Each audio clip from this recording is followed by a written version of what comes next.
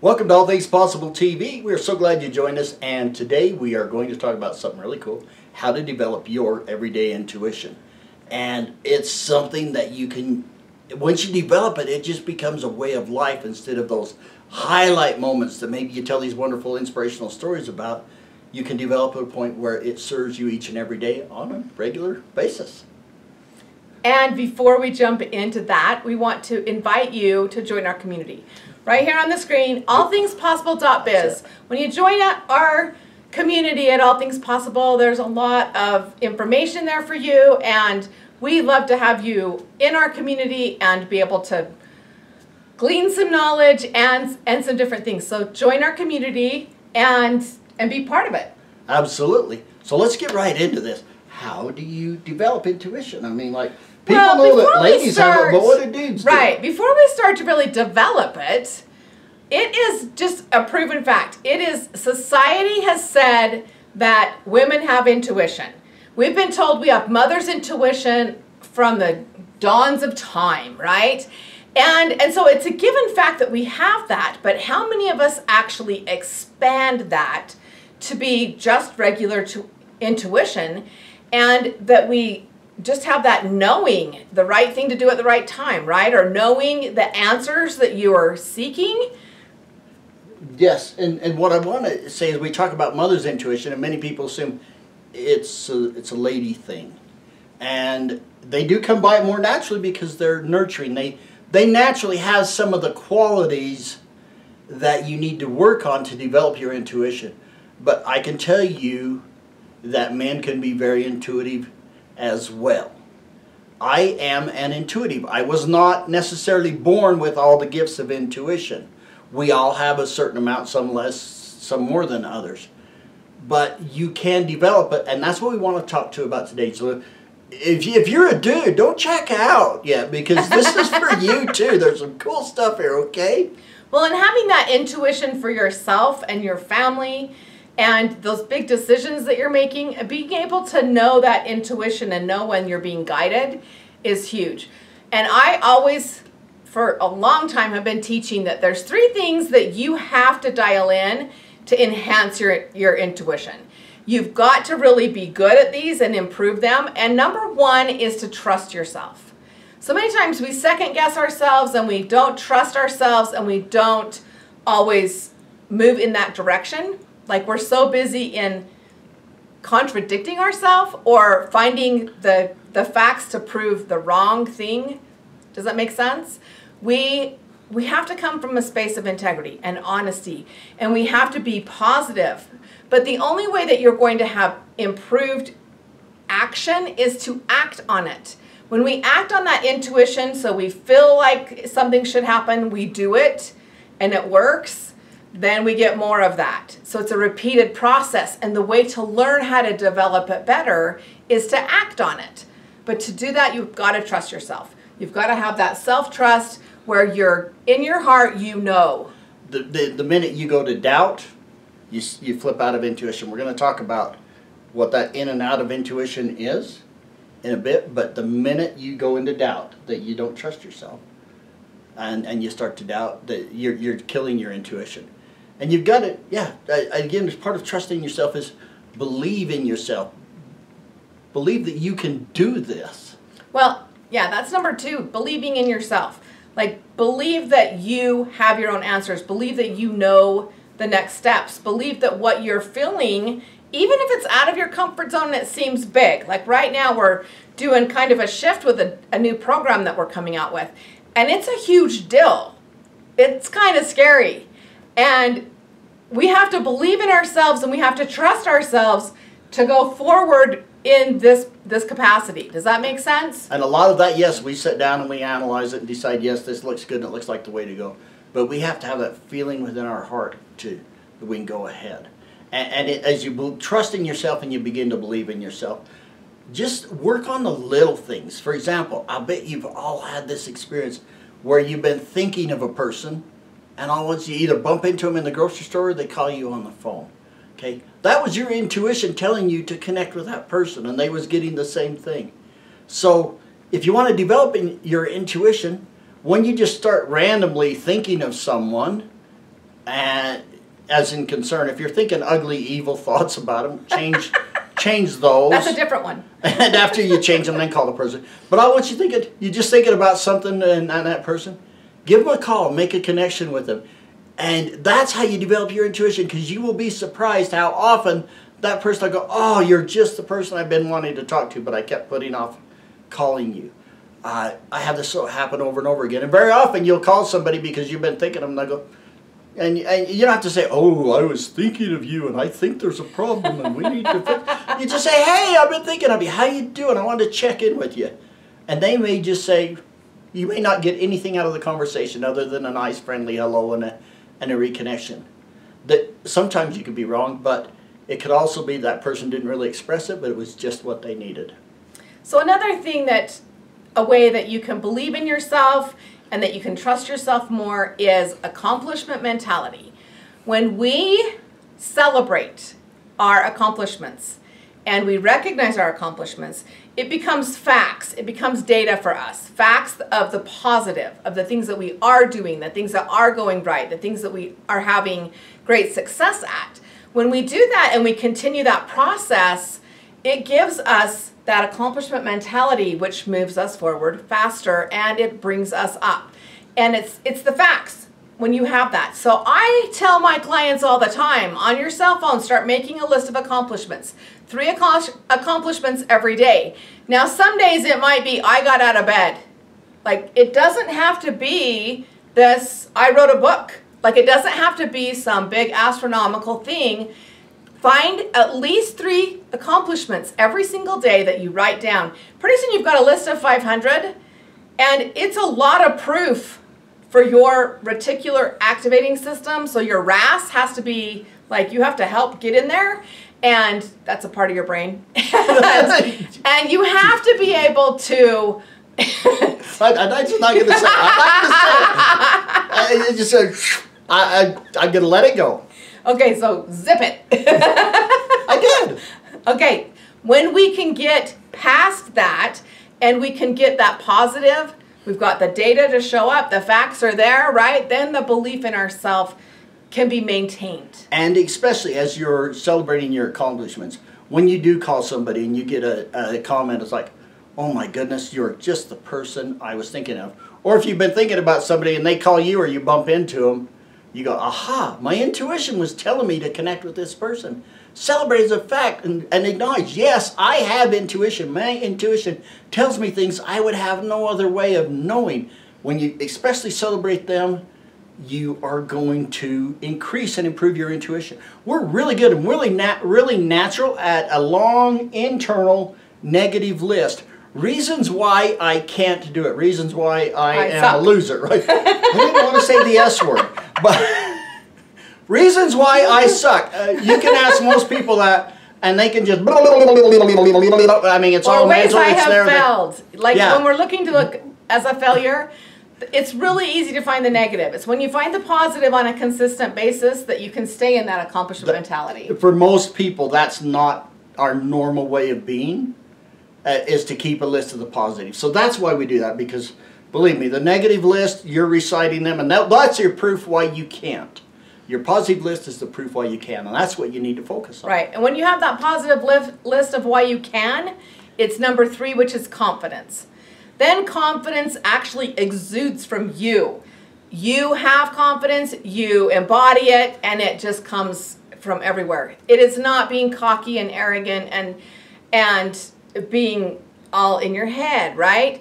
It is coming from your heart and you know it. And it's a lot like when you know a principle and all of a sudden you have to just start talking about it, or you're an expert in a certain area and you just have all the knowledge and the belief and the understanding, and you go forward.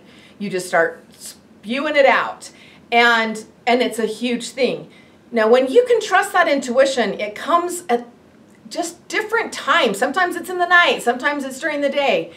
In fact, I mentioned that we have a big program coming out, and it was months ago, maybe even a year or something ago, that I got this intuition of this program and the things that needed to be in it, and I came up with an acronym with it. And I wrote it on a little scratch piece of paper and put it in, I have a folder called Kris's Brilliance. and I dropped it in this file folder, and months, if not a year or so later, I'm pulling it out during COVID when I have the time to actually spend time on this program. And yet, if I wouldn't have written it down, I wouldn't have remembered it. So absolutely, and that's when, as you have that confidence, it's also the confidence to understand where your thoughts, your ideas, your what's going on within you is coming from your head or your heart. There's two very different types of intelligences there. We do have a heart or a spirit intelligence, which is where our intuition comes from. Now, many times you hear people, they're a head case, so they get stuck there, you're locked in your head. Okay, there are good times and good reasons, and your brain is the world's finest supercomputer that's ever been developed, and it's awesome. And you can do amazing analytical functions with your brain. But your brain is all about analyzing things. It's about making judgments. It's reasoning things out. It's critical thinking, facts, figures, data. When I say use your intuition, don't use your intuition to file your taxes, okay? Use your head! I think I'm not good. I have the intuition that we don't owe any taxes this year. Yeah, I think I'm good. The government owes me $6,000 in returns. I feel good about that, okay? Okay, yeah, it does have to be, there are going to be times when your intuition is not where you're trying to find your answers. And so you need to understand the difference of what that is. Your intuition is feelings. When it comes from your head, you're thinking. Your heart is feelings. Your heart is feelings. But when you're speaking the language of intuition, it's about feelings. It's about passion. It's about just knowing it. It's just like you just know it. You can feel it deep inside. I know this is what I should do. I know this is right. I know this is the right person to marry. Yeah, I know this is the right thing to do, and I really don't have the data. If I go to my brain is going, you're an idiot. Why would you do that? Okay. Now you just said that after I said your intuition to marry someone. Yes. No. Well, I wasn't talking about that intuition. Okay. Let me give you an example. You know, I'm a practitioner of energy medicine. I work on emotional healing and other health things. One day I'm working with a lady. We're in the middle of a session, and out of nowhere she says, "By the way, can you work on people with hiccups? Can you do any?" I said, "I don't know. I've never actually had anybody ask me about hiccups. But let's see what intuition said." And so I started checking in. I was like, yes, I can help. And then I was embarrassed with the information that my intuition told me. I was like, it's in your breast. And, you know, this is over the phone. I says, it's actually, yeah, it's in your right breast. There's some imbalances there in the right breast. And we corrected those. And I said, we did like 3 of them. And I'm going, okay. And this is over the phone. I didn't do any. Yeah, she wasn't in the room. Don't go there, okay? They were on Zoom, but that's as close as they got. Yeah, we didn't zoom all that much into it. But I did that, and I said, you know what? I got nothing else. My intuition is not telling me anything else I can do, so I'm sorry. I don't know what to tell you. It's just, well, that's okay. I quit hiccuping. There is no logical reason why you could say working on something in the chest is going to help with intuition, or was going to help with hiccups, but it did. That's what I talk about, trusting your intuition even when your brain says you're an idiot. Because I didn't want to tell her that. I'm a nerd. I don't want to talk about those parts with a lady. But that's what your intuition, we had great success. So there's a process that you do. Thank you for changing the subject. There's a process that you do. You've done with clients for years, and you've taught this process from stage. What about sharing the process? So I want to share you this process. I call it the elevator process. It's the head to heart process. Because there's one thing where you're operating from your head, and sometimes you're operating from your heart. Many times they collaborate together. But they're very different operating suites. They're very different driver's seat to operate from. And what I've often said when I teach people intensive courses on developing their intuition, one of my quotes is that the longest and most difficult journey you may ever make in your life is that 12 inches from your head to your heart. And what I want to share with you is just a short... One day I want to measure that because I think it's closer to 18. Okay, well I was using metric inches. Okay, so... Sorry. Or not so sorry. So, what I want to do is just share you this, and this may seem a little bit weird. I'm going to ask you to, if you want, come back and do this sometime. If you really want to figure out how to get from your head to heart, there's many, many ways to do it. This is one of the simplest ways, but it is kind of a visualization, almost a meditation. So, if you're at home and you're ready to do this now, or you come back to it, go ahead and begin by closing your eyes. If you're listening to this and driving your car, only close one eye. Actually, don't close your eyes if you're driving a car. Don't do this while you're driving your car. But, so I'm just going to get serious for a minute here. Spend maybe 60 seconds and just take you through this process. And then practice it and practice it. And like anything else that you do over and over again, you'll get better. So go ahead and close your eyes. And you're peeking. Okay, close your eyes and just imagine that you're this tiny person inside your brain. Again, it's about using your imagination. Imagine you're this tiny person inside your brain and you're under all the controls, just kind of like a guy flying a commercial airliner, right? You got all these things, you're driving your life around inside your head. So just get up out of that seat, the driver's seat, and just imagine, this is going to seem weird, just do it with me. Just turn around and punch a button and realize, oh my gosh, there's an elevator behind me, I didn't know. Punch the button, step into that elevator, and it only goes down. So as soon as you step in, the doors close, and the elevator goes down, and just feel yourself kind of settling down. And if you can recall those feelings of when an elevator goes down, where your tummy comes up a little bit, kind of experience that as your elevator goes down, and then you feel it coming to the stop where you get heavier, right? And as you come to that stop, the elevator doors open, and you step out into your heart space. And really, that, if you will practice that, it's a way to shift and then be in intuition. Be in that mode where you can get inspiration, intuition for the decisions and the things that you get to do in your life. So simple as that. Elevator. Just imagine getting in and stepping out in your heart space like a little guy from here to here. So, do I get to open my eyes now? You can open your eyes. I was doing bunny ears. You can watch it again. I didn't. Even as simplistic as that process seems, it works phenomenal. It's a great process, and it does help you get out of that judgment and that critical thinking and analyzing, and helps you get down into your heart to your feeling. Because when we're in our head, we're judging, we're comparing, we're having all these things going on, and there is a lot. Like in 1 minute, you can think lots of thoughts. And if you can just slow down and go down to your heart, once you get to your heart, you get to that space where you can feel and you can have passion, you can just know it's right, or you can start to be inspired and feel like, oh, this really is what I'm supposed to do. It really becomes effective. And at first it can seem like a subtle difference. You go, am I really coming from my head or my heart? And as you listen to the voice in your head, like your own voices, not the little people, but listen to Because they're little people. I like them. They're green. Yuck. Well, I'm thinking leprechauns, okay? Not leprechauns, not boogers. leprechauns, green people. You stumped me up. Oh, I did not mean to stump you up, your little green people. The language in your head. Listen to the words that you are thinking as you're going through your process. And that will give you a good clue as to where you're operating from, your head or your heart.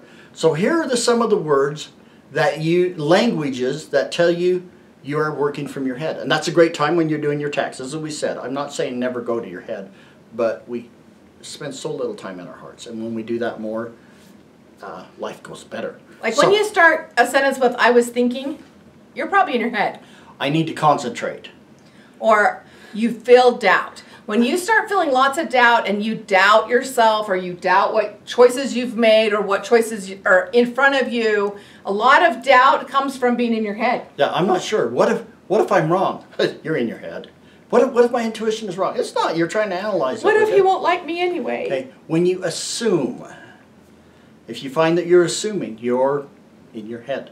And assume could be assumptions, right? Like if you're having assumptions of different things that can happen and when you get into fear, we've talked so much on fear, but fear is huge. If you're afraid, you're living in your head. If fear doesn't live in the heart. And the other thing is, if you are thinking, if you're having thoughts, my thoughts,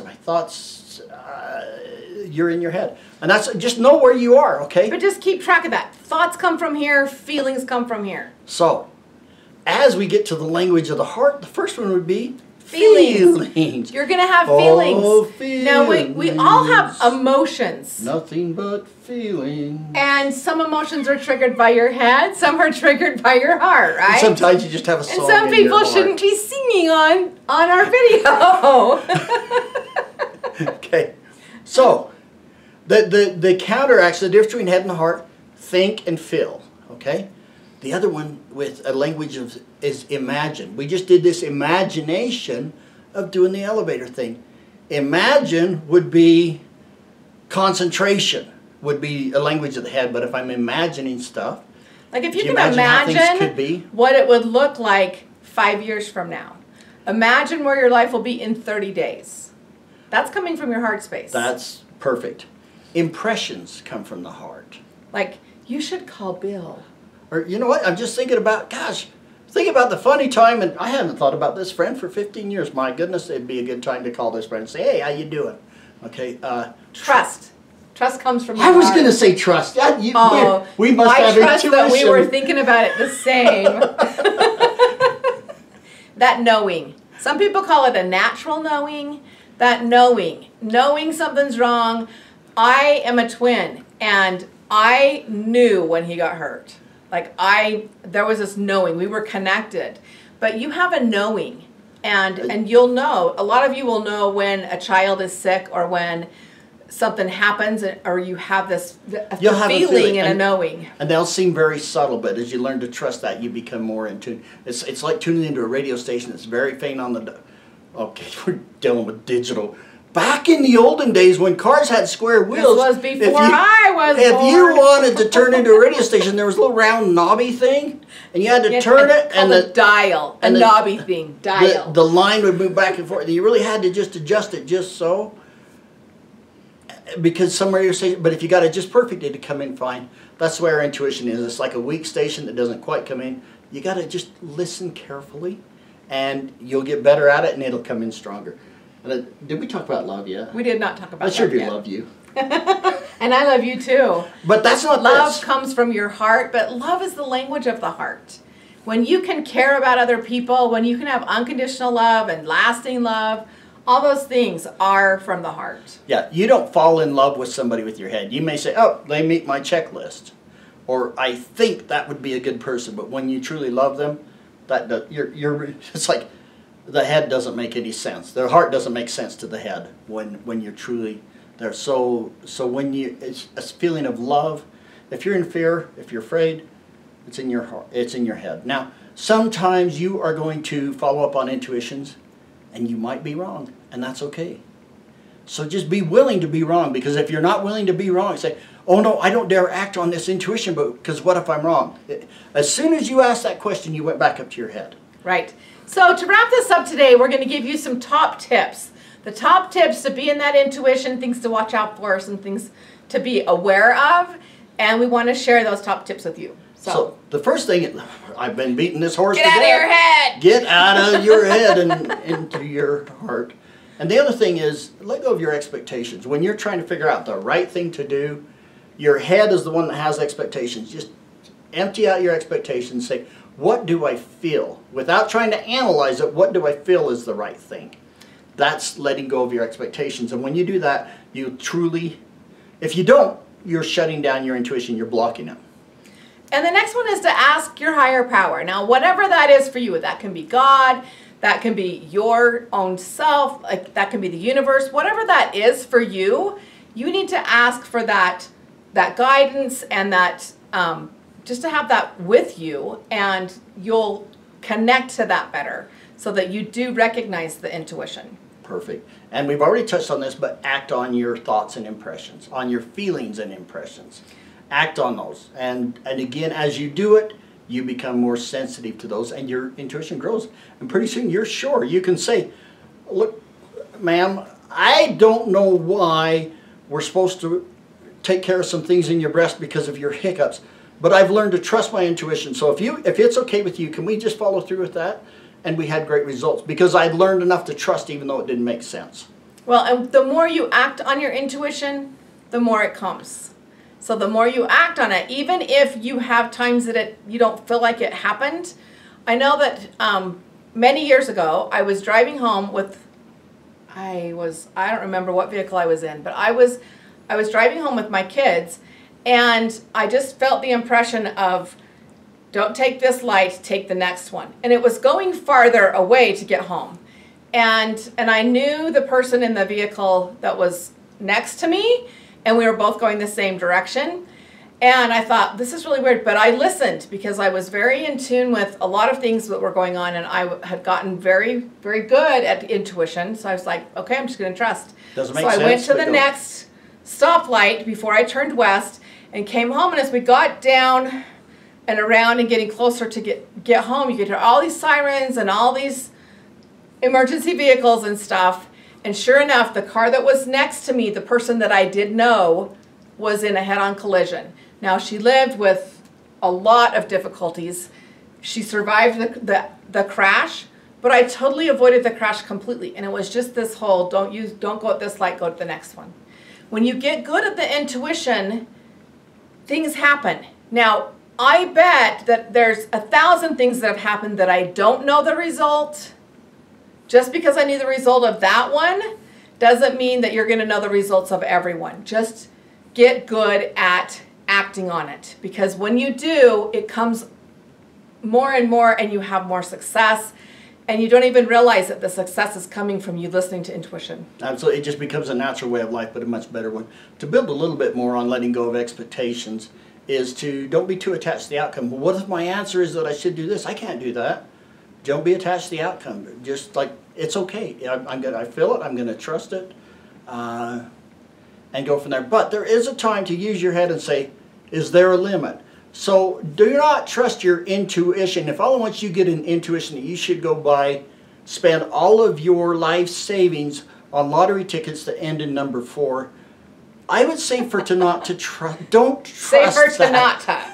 It's, what was that, Mater, cars? To say for to not to. Yeah, I'm sorry, Mater's my hero. Anyway, I would say don't do that. Don't trust, don't use your intuition to make major life-changing decisions. You can use it as part of it, but don't trust solely on it. Like I say, lottery tickets that ended number 4, 6 maybe, but no. Obviously, you don't want to risk your whole savings on that. It's probably not a good thing to do. So there's a time and a place to work from your head, time and a place to use your intuition. When you learn to blend those two, it's beautiful, and you can have a harmonious and a life full of synchronicity. Yes. Remember to trust yourself, believe in yourself, and have confidence. Those 3 things that we taught you, those 3 combined with having accomplishment mentality. So start keeping track of those accomplishments. Start celebrating those things. Start living in the positive. Because the positive comes from your heart, the negative comes from your head.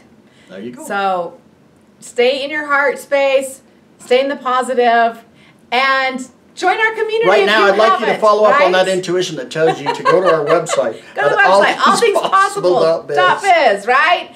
And join our community so that you can be with us every week as we come out with new content for you and as we provide tips and tools and tactics.